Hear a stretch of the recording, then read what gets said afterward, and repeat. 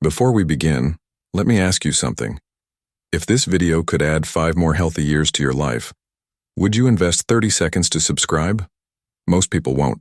They'll watch, they'll learn, they'll nod along, and then they'll scroll away and forget everything they heard. Don't be most people. Hit that subscribe button right now. Not later. Now. Because if you're serious about living longer, living stronger, and finishing this life with dignity, you need to hear what comes next. And leave a comment below. Tell me which country you're watching from. I want to know where in the world people still care about real health wisdom. Now let's begin. Most people think they'll live into their late 80s, maybe even 90. They picture themselves surrounded by grandchildren, still mobile, still aware, still themselves. But the reality? Harsh. Many never make it past 82. And it's not some sudden catastrophic illness that takes them. It's not a heart attack out of nowhere. It's not a diagnosis that shocks the family. It's subtle. Daily habits no one pays attention to. Warning signs brushed off as just getting old. Mental patterns that slowly, quietly rob you of your strength, your awareness, and your will to live. If you're over 60, this is not just information. This is a wake-up call. Because what you do in the next 12 months will determine whether you fade or finish strong. Stay until the end. Because the final reason? It's the one no one dares to say out loud. Number 1. They stop moving. Motion is life. And yet, for so many people as they grow older, movement becomes optional. Something to fit in if they have time, if they feel up to it, if the weather allows. But the body doesn't wait for permission. The body listens to what you do and what you don't do. When you stop moving with purpose, your body doesn't just pause. It starts shutting down. Muscles shrink, bones lose density, balance fades, circulation slows, and your body begins to do exactly what you're teaching it to do, less. Most seniors don't make a conscious decision to stop moving. It happens gradually. You retire, you no longer walk to work. You spend more time indoors. Stairs start feeling tiring, so you avoid them. You sit more.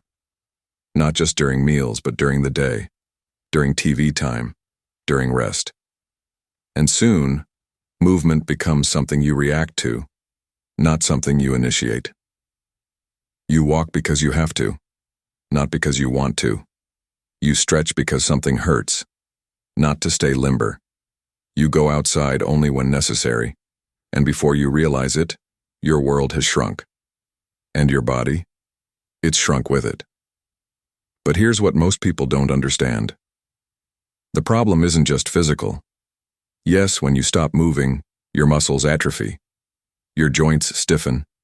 Your bones become fragile. But it goes deeper than that. Movement is stimulation, not just to your body, but to your brain. When you move, you send signals from your feet to your spine, from your spine to your brainstem. These signals wake up the nervous system. They keep you sharp. They regulate your mood. They remind your body, I'm still here. I still have purpose. The moment you stop engaging your body with intention, your brain activity starts to dim. You feel slower, less creative, more tired. You lose confidence. And slowly, you lose identity. Because movement is identity. The way you walk, stand, reach, stretch, hold yourself. It tells your nervous system you're still living, not just surviving. That's why walking around the house isn't enough. It's better than nothing, yes, but it's not functional training. It's survival movement. Automatic. It doesn't challenge your posture. It doesn't strengthen your glutes. It doesn't improve your stride or reinforce your balance. It just keeps you upright. For now. But over time, it lets your muscles go quiet. It lets your core fade. It allows weakness to settle in places that once felt strong. What you need is intentional motion. Movement that requires effort, control, presence. Not to run a marathon, not to lift heavy weights, but to keep your joints working the way they were meant to keep your spine aligned, to keep your nervous system awake. That means resistance training, even if it's just bands or body weight. That means stretching with focus, not just bending randomly. That means posture exercises, shoulders back, neck tall, hips stable. And yes, it means walking with purpose. Every day, outside if possible, where the surface changes, where you have to engage your balance and stride with real awareness. Every time you move with intention, you tell your nervous system, I'm still needed. Keep me sharp. And your body responds. Blood starts flowing. Hormones rebalance. Digestion improves. Breathing deepens. Mood lifts. You don't need a full gym. You don't need fancy routines. You just need to reclaim movement as medicine. Daily. Consistent, non-negotiable. Because once you stop moving, the decline doesn't wait. It shows up fast. First in small ways. Your legs feel weak after a short walk. You trip more often. You hesitate when turning. But then it grows. You start losing muscle mass. Not from disease, from disuse. You start losing bone. Not from age, from inactivity. And once your posture begins to collapse, your lungs lose space. Your balance becomes shaky, and your confidence crumbles. Movement is not something to do if you feel good. It's what makes you feel good. It's what keeps your digestion working, your joints moving, your brain firing. It's what tells your body you still belong in this world, not just as a passenger, but as a participant. So ask yourself, when was the last time you moved for your health? Not out of habit, but with intention. When was the last time you walked, not just to the kitchen, but around the block with your chest lifted and your stride strong? When was the last time you stood tall, stretched wide, and reminded your body it was built to engage? Don't let convenience steal your energy. Don't let comfort weaken your legs. Don't let stillness become your default. You don't need hours. You just need a few minutes every day to send the message, I'm still here. I still move. I still choose to live. Because motion is life. And life, real vibrant, engaged life, begins the moment you take the next step. Number 2, they eat for comfort, not fuel. There comes a quiet shift in how many people eat as they grow older, and it often goes unnoticed.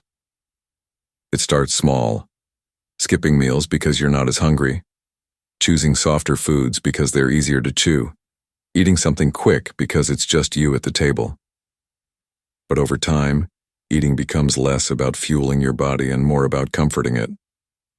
Food becomes routine, emotion-driven, nostalgic. Food becomes routine, emotion-driven, nostalgic. And while there's nothing wrong with comfort now and then, the danger is when it becomes the default. Because your body, especially after 60, doesn't need comfort. It needs support. The truth is, your digestive system changes with age. Your stomach produces less acid. Your gut bacteria shift. Your body becomes less efficient at absorbing certain nutrients, especially protein, magnesium, B12, vitamin D. You lose muscle faster, you store fat easier, and your insulin response isn't as sharp as it used to be. That means the food choices that were fine when you were 30 now work against you after 60. If you keep eating like you used to, your body doesn't just slow down, it starts breaking down. Quietly, internally, cell by cell. Yet most older adults still build their meals around what's familiar. Bread, pasta, mashed potatoes, cereal, crackers, cookies, processed meats, easy snacks, soft, sweet, salty, repetitive. These foods are comforting, but they're also empty. They spike blood sugar, they cause inflammation, and they leave your cells underfed. You feel full, but your body is still starving for real nutrition. And over time, that starvation shows up as fatigue, joint pain, brain fog, weakened immunity, slow healing. You're not getting old, you're getting undernourished. And here's what most people don't realize. Comfort food doesn't just affect your body, it affects your mind. Highly processed, carb-heavy foods sedate you. They dull your focus. They lower your energy. They trigger inflammation in the brain. They reduce neurotransmitter function. And they even worsen symptoms of depression. That midday nap you need after a heavy lunch? That mental fog you can't shake in the afternoon? That constant, bloated, sluggish feeling? It's not your age. It's your diet. You are what your cells can absorb, not what you eat. And if your cells are swimming in sugar, stripped of fiber, and missing critical nutrients, they can't repair themselves. They can't regenerate muscle. They can't protect your organs. They can't keep your nervous system sharp. When you eat for comfort, you remove vitality from your life. Your body may still be functioning, but it's not thriving, it's surviving. And that's the slow shift no one talks about, the difference between aging and decaying. So what does it mean to eat with intention? It means prioritizing function over flavor. Not every time, but most of the time. It means building meals around protein, lean meats, fish, eggs, legumes. Because muscle is the currency of aging, and without it, everything declines.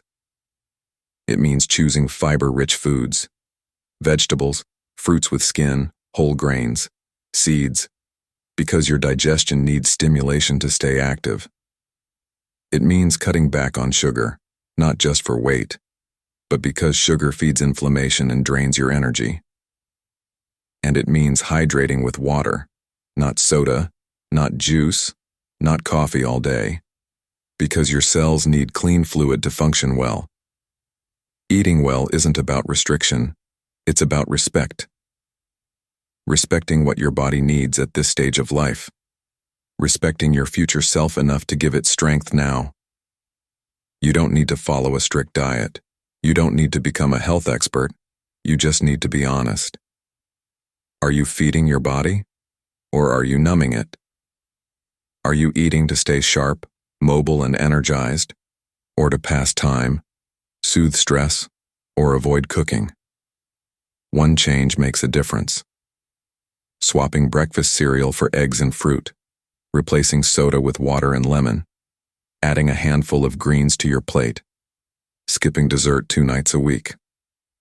These small decisions send your body a powerful message. I still care. I'm still here. I still want to live well. And your body will respond. With more energy, better mood, improved sleep, clearer thinking. You don't need perfect meals, but you do need purposeful ones. Because after 60, food is no longer just about enjoyment. It's your medicine. It's your momentum. It's your message to yourself that you're not giving up. You're just getting started. Number 3, they shrink their social world. Connection is not just a luxury. It's not just something nice to have. For the aging body and brain, connection is medicine. It's what keeps the nervous system regulated. It's what keeps your mind sharp, your heart steady, your spirit alive. But as people grow older, many begin to shrink their social world, slowly, and often without noticing. They stop calling friends. They stop attending events. They skip family gatherings. Conversations get shorter. Days get quieter. And that slow quiet becomes a kind of isolation that can do more damage than any disease. When you disconnect from people, your body begins to respond, and not in a good way. Studies show that social isolation increases your risk of early death more than obesity, more than alcoholism, and even more than physical inactivity.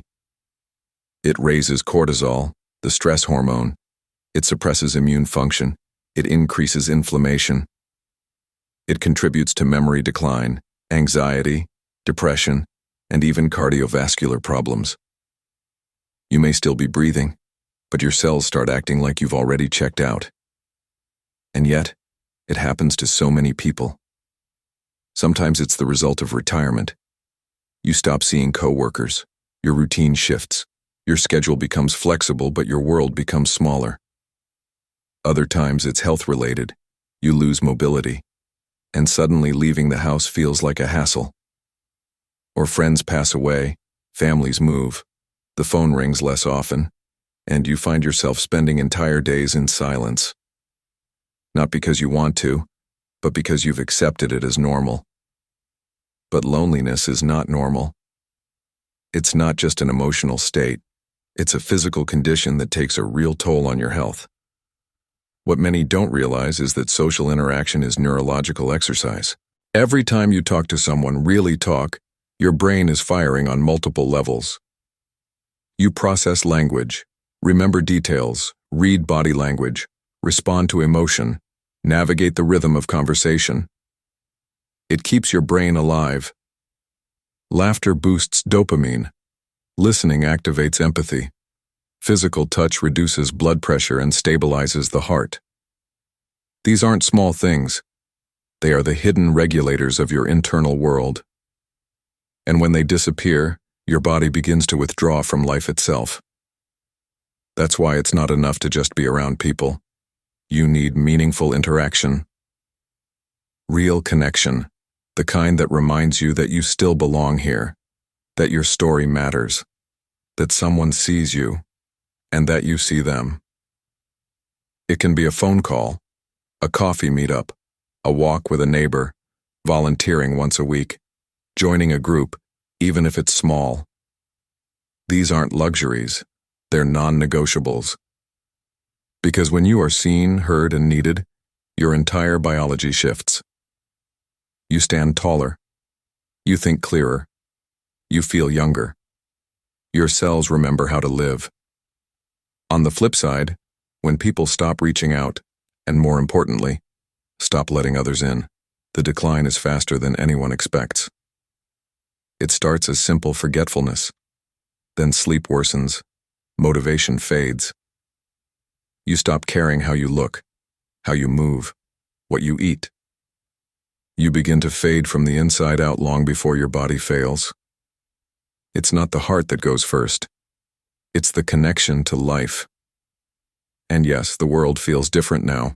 Faster, more digital. People scroll instead of speak. Everything seems noisy. But that's exactly why you must remain in it. You don't have to keep up with trends or technology. You just have to stay human, stay present, be the one who starts the conversation, call your children, message your old friends, start a game night, attend that community event even if it feels awkward at first, because the longer you stay engaged, the longer your body stays responsive. And let's be honest, it takes courage. It's easier to withdraw, easier to say no thanks and stay home.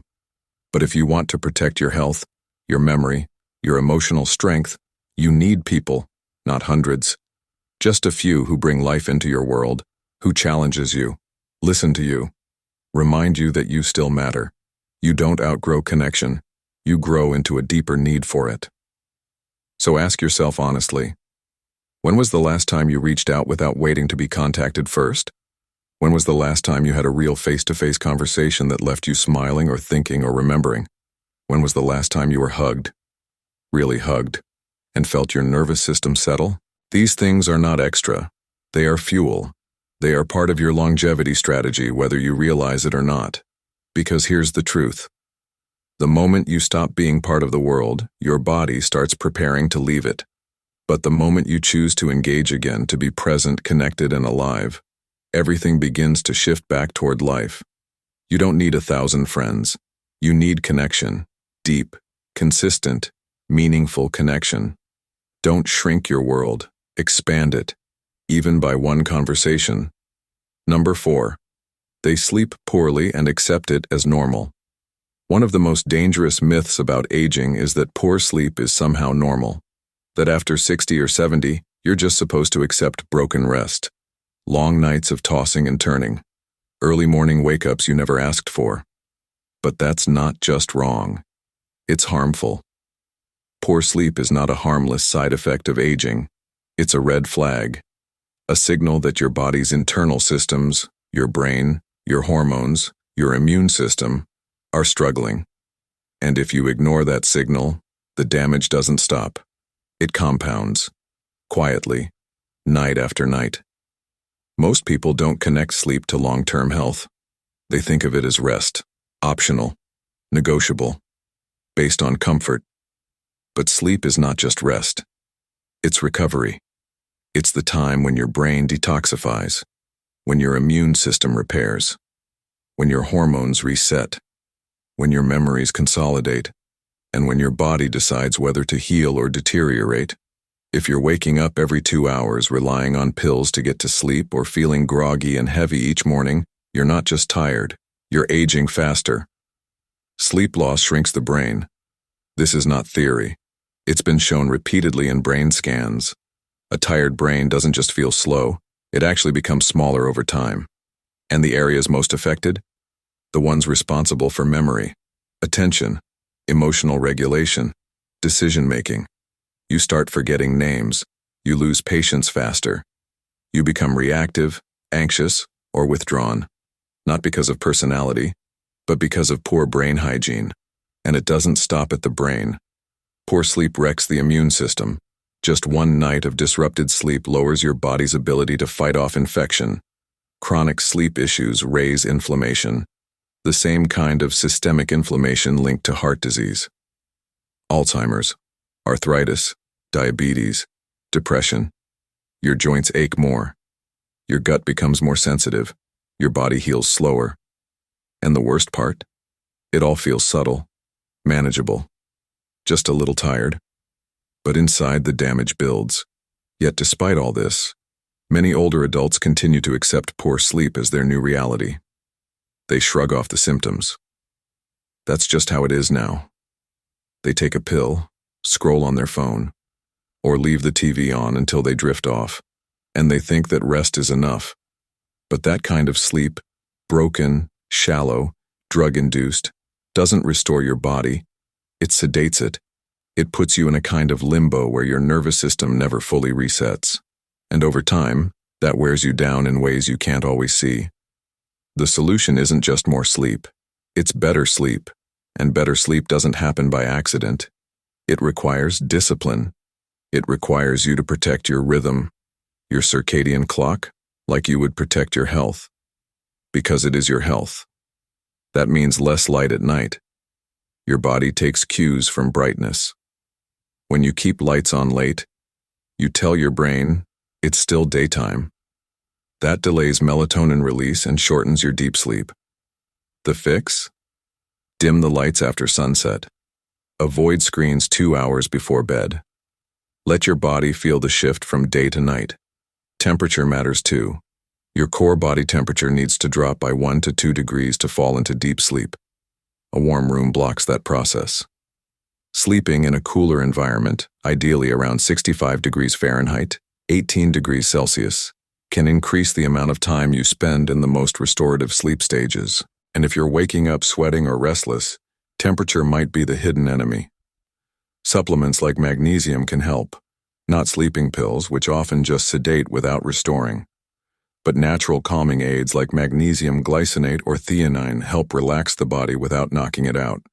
Pair that with breathwork, slow, intentional breathing before bed, and you activate your parasympathetic nervous system, the system that says, you're safe, you can let go now. But most important of all is respecting sleep, making it a priority, not an afterthought. You wouldn't skip meals every day and expect your body to stay strong. You can't keep skipping deep, quality sleep and expect your mind and body to function well. You need to treat bedtime as sacred, a time to unplug, unwind, and prepare your body to heal. If you're struggling to sleep, don't ignore it, track it, get a sleep study, rule out apnea, fix your room, create a ritual, make sleep something you look forward to, not fight against. Because when you sleep well, everything gets better. Your memory, your energy, your immune strength, your mood, your resilience. You don't need perfect sleep, but you do need intentional sleep. And you're not too old to fix it, you're not too far gone to improve it. Your body still wants to heal. Your brain still wants to repair. But it can't do that if you're sabotaging your rhythm every night. Don't let poor sleep feel normal. Don't let fatigue become your baseline. Choose rest that restores you, not just rest that gets you through the night. Because the longer you sleep poorly, the shorter your life becomes. Number 5, they ignore their mental health. This is where most people look away. They're willing to talk about diet, exercise, even sleep. But when it comes to what's happening inside their mind, most seniors stay silent. They don't talk about the sadness, the anxiety, the loneliness, the loss of identity. They brush it off as weakness, or just part of getting older. But mental health doesn't decline because you're aging. It declines because it's being neglected. And here's what most people refuse to accept. Your mental state doesn't just affect your mood, it affects your body. Chronic stress, unprocessed grief, untreated depression, they don't just live in your head. They trigger real, measurable changes in your body. Cortisol stays elevated, inflammation spreads, your immune system weakens, your blood pressure rises, your heart works harder. Depression doesn't just make you feel tired, it makes your cells age faster. Anxiety doesn't just cause worry, it disrupts digestion, sleep, circulation, and even memory formation. And isolation, the quiet kind that comes from losing your sense of purpose, is one of the deadliest conditions for the elderly. Yet most people over 60 never seek help. They think therapy is for the young, or the broken. They think sadness is just part of life now. They convince themselves they don't need support because they've made it this far. But survival is not the same as thriving, and suffering in silence doesn't make you strong. It makes you invisible. Here's the uncomfortable truth. Many elderly people stop living long before they die, not because their body gave out, but because their spirit did. They wake up with nothing to look forward to. They go through the motions. They feel like a burden. They wonder if anyone would even notice if they were gone. And those thoughts don't just hurt emotionally, they become biological. When you lose hope, your body hears it, and it starts shutting down. That's why mental health is not separate from physical health. It's the foundation of it. If your mind is not well, your body cannot be well. So what does it look like to take care of your mental health after 60? It starts with honesty. Admitting when you're struggling. Not just to others, but to yourself. It means allowing yourself to grieve. The loss of friends, the loss of roles, the loss of the person you used to be. Grief is not weakness. It's evidence that something mattered. It means seeking connection when you feel alone, even when it's hard, even when you feel like no one understands. It means finding purpose, not the kind you had at 30, but something meaningful now. Volunteering, mentoring, creating, teaching, helping someone else. Purpose doesn't have to be grand. It just has to be real. And yes, it might mean therapy, or counseling, or joining a support group. There is no shame in getting help. The shame is in suffering when help is available. Your mental health deserves the same attention you give to your blood pressure, your cholesterol, your joints. Because if your mind gives up, everything else follows. So ask yourself, when was the last time you laughed? Really laughed? When was the last time you felt needed? When was the last time you did something just because it brought you joy? If you can't answer those questions, it's time to make a change. Don't wait for someone to save you. Don't wait until it gets worse. Your mental health is not a luxury. It's your lifeline. Protect it, nurture it, fight for it. Because a long life without joy is not a gift. It's a burden, and you deserve better than that. Number 6, they stop learning and growing. The brain is not a fixed object. It's not something that reaches its peak and then slowly fades. The brain is plastic, meaning it can change, adapt, grow, at any age, but only if you use it. One of the most dangerous things that happens as people age is they stop challenging their mind. They stop learning new things. Stop reading. Stop asking questions. Stop being curious. They settle into routine. The same shows, the same conversations, the same thoughts on repeat. And when you stop feeding your brain new information, it doesn't just stay the same, it shrinks. Neuroplasticity, the brain's ability to form new connections, requires stimulus. It needs challenge, novelty, problems to solve. When you stop learning, your brain starts pruning away connections it thinks you don't need anymore. Memory fades faster. Thinking becomes rigid. You become more forgetful, not because of age, but because of disuse. But here's the good news. You can reverse this at any age. Learning a new language, playing a musical instrument, taking up painting, solving puzzles, reading books on unfamiliar topics. These activities don't just pass time. They build your brain. They create new neural pathways. They improve memory. They increase cognitive reserve, which is your brain's ability to withstand damage and decline. The more you learn, the more resilient your brain becomes. But most people stop. They say they're too old. What's the point? They say their memory isn't what it used to be. So why bother? But that's exactly backwards. Your memory isn't what it used to be because you stopped using it. And the longer you wait, the harder it becomes. Don't let your mind retire just because your body did. Stay curious, stay engaged, stay alive in your thinking. Because a sharp mind is one of the greatest gifts you can give yourself in old age. It keeps you independent. It keeps you confident. It keeps you you. And now, number 7, the one no one talks about. They live without purpose. This is the last one, and it's the hardest, not because it's rare, but because it's everywhere. Quiet, unspoken, invisible, and more deadly than any disease. You can eat well, you can exercise, you can sleep perfectly, you can have friends, but if you wake up every day with no reason to be here, your body knows, and it starts preparing to leave. Purpose is not just a feeling, it's a biological signal. Studies have shown that people with a strong sense of purpose live longer. They have lower rates of heart disease, Alzheimer's, stroke. They recover faster from illness. They handle stress better. They have stronger immune systems. Not because purpose makes you invincible, but because it gives your body a reason to fight.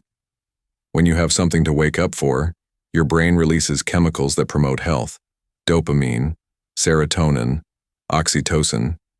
Your nervous system stays regulated. Your heart stays steady. Your cells stay engaged.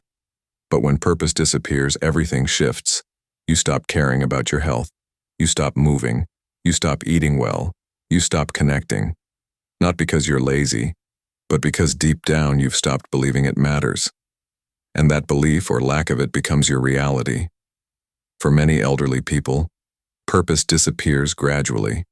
They retire and lose their identity as a worker. Their children grow up and no longer need them.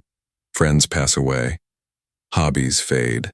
And suddenly they find themselves asking, "What am I here for?" That question, left unanswered, is one of the most dangerous things a person can carry. Because without an answer, life becomes endurance. Just getting through the day. And the body doesn't thrive on endurance, it thrives on meaning. So how do you find purpose after 60, after 70, after 80? You don't wait for it to find you, you create it. Purpose doesn't have to be grand, it doesn't have to change the world, it just has to matter to you. Maybe it's helping a neighbor, maybe it's mentoring a young person, maybe it's writing your story, or tending a garden, or volunteering once a week. Maybe it's being the person in your family who keeps everyone connected, the one who calls, who remembers birthdays, who listens. Maybe it's learning something new just for the joy of it, or teaching what you already know. Purpose is not about productivity. It's about presence. It's about showing up for something beyond yourself, even if that something is small. Because when you have a reason to get out of bed, your body responds, your energy returns, your mood lifts, your posture straightens. You start taking care of yourself again, not because someone told you to, but because you want to. Because now there's something worth being healthy for. So if you're watching this and you feel lost, if you feel like your best days are behind you, if you feel like no one needs you anymore, you're wrong. You are needed. Your experience matters. Your wisdom matters. Your presence matters. But you have to believe that first. You have to wake up and decide that today you will find one thing, one small thing that gives you a reason to keep going. And then tomorrow, you do it again. Because purpose is not something you find once and hold forever. It's something you build, day by day, choice by choice. And as long as you're still breathing, you have the power to build it. Don't wait for permission. Don't wait for someone to tell you what your purpose is. Create it. Because the moment you do, your body will follow. Your energy will return. Your health will improve. Your life will expand. Not because you're younger, but because you've remembered something crucial. You're still here, and that means you still have something to give. So there you have it. 7 reasons why so many elderly people don't live past 82. Not because of bad luck. Not because of genetics alone, but because of choices, patterns, beliefs. The good news? Every single one of these can be changed. Starting today. You don't need to be perfect. You just need to be intentional. Move with purpose. Eat with intention. Connect deeply. Sleep well.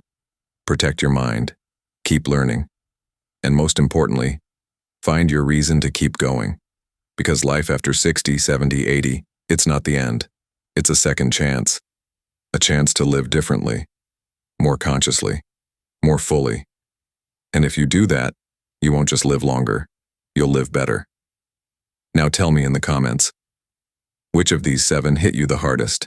And don't forget to subscribe. Because this might be the most important channel you follow this year. Your future self will thank you.